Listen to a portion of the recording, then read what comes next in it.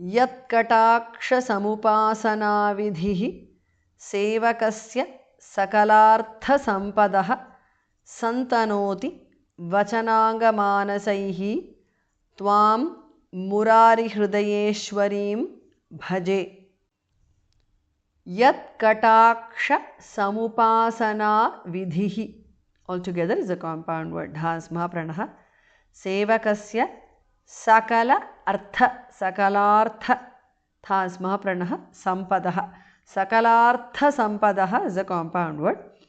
Santanoti vachana anga vachananga manasaihi is a compound word. Tvam murari murari hridaya ishwari hridayeshwari murari hridayeshwarim is a compound word. Bhaje bhas mahapranah. Yatkatakshasamupasanavidhihi sevakasya sakalarthasampadah santanoti vachanangamanasaihi tvam murari hridayeshwarim bhaje. Sarasija nilaye sarojahaste धवलतमां शुकगन्धमाल्यशोभे भगवति हरिवल्लभे मनोज्ञे त्रिभुवनभूतिकरि प्रसीद मह्यम्. Sarasija nilaye is a compound word. Saroja haste is also a compound word. Dhavalatama dhas mahapranah amshuka धवलतमांशुक गंध धास महाप्रणः माल्य शोभे भास महाप्रणः. Now all together धवलतमांशुक गंधमाल्य शोभे is a compound word. Bhagavati Bhasa महाप्रणः, the e in the end is short. Harivallabhe is a compound word. Bhas mahapranah. Manognye is a compound word. Tribhuvana bhutikari is a compound word. Both bhasa mahapranah and again the e in the end is hrasva or short. Prasida mahyam.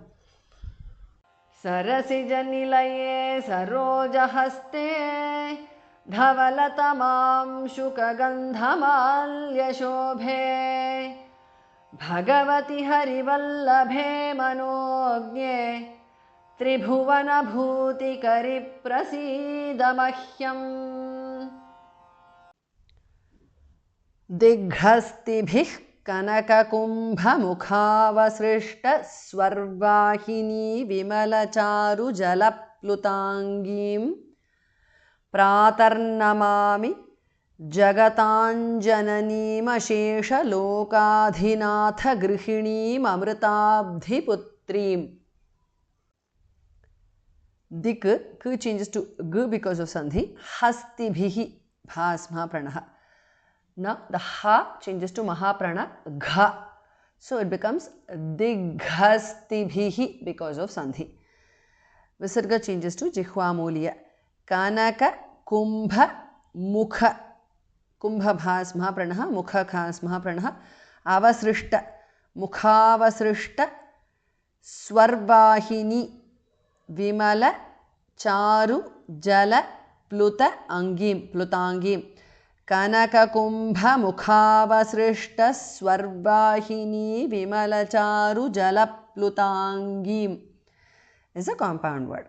Now dighastibhih kanaka kumbha mukhavasrishta swarvahini vimala charu jala plutangim because of sandhi. Pratah visarga changes to repha or r. Namami pratar namami because of sandhi. Jagatam jananim becomes jagatan jananim because of sandhi. The anuswara of jagatam changes to nya, which is the nasal of the chavarga. Ashesha loka adhinatha lokadhinatha dha and thar mahapranah grihinim. Ashesha lokadhinatha grihinim is a compound word. Jananim ashesha lokadhinatha grihinim. Amrita abdhi dhasma pranah amritabdhiputriim is a compound word. जननीम अशेषलोकाधिनाथ गृहिणीम अमृताब्धिपुत्रीम दिग्हस्तिभिः कनककुम्भमुखावसृष्टस्वर्वाहिनी विमलचारुजलप्लुताङ्गीं प्रातर्नमामि जगताञ्जननीमशेषलोकाधिनाथगृहिणीममृताब्धिपुत्रीम्